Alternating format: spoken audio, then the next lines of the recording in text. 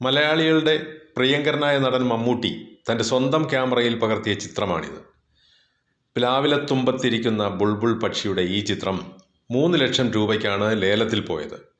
Hotel വ്യവസായിയായ Achu ഉള്ളാട്ടിലാണ് ഈ ചിത്രം 3 ലക്ഷം രൂപ നൽകി സ്വന്തമാക്കിയത്.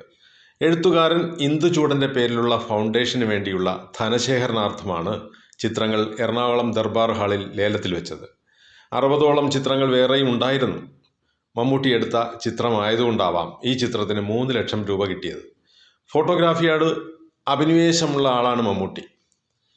വില കൂടിയ ക്യാമറയും ലെൻസുകളും വാങ്ങി സൂക്ഷിക്കുകയും സമയം കിട്ടുമ്പോഴൊക്കെ അതിൽ ഫോട്ടോ എടുക്കാറുമുണ്ട്.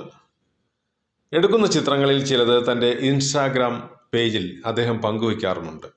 ഇന്നത്തെ എൻ്റെ പ്രഭാത അതിഥി എന്ന അടിക്കുറിപ്പോടെയാണ് അവ പോസ്റ്റ് ചെയ്യാറുള്ളത്.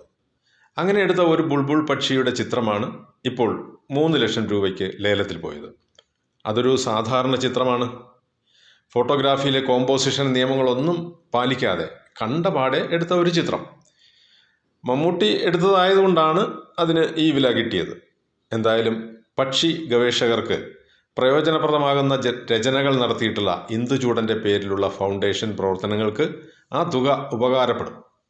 മമ്മൂട്ടി എടുത്ത ആ ഫോട്ടോ എഴുത്തുകാരൻ വി കെ ശ്രീരാമനിൽ നിന്ന് അച്ചു ഉള്ളാട്ടിൽ ഏറ്റുവാങ്ങി.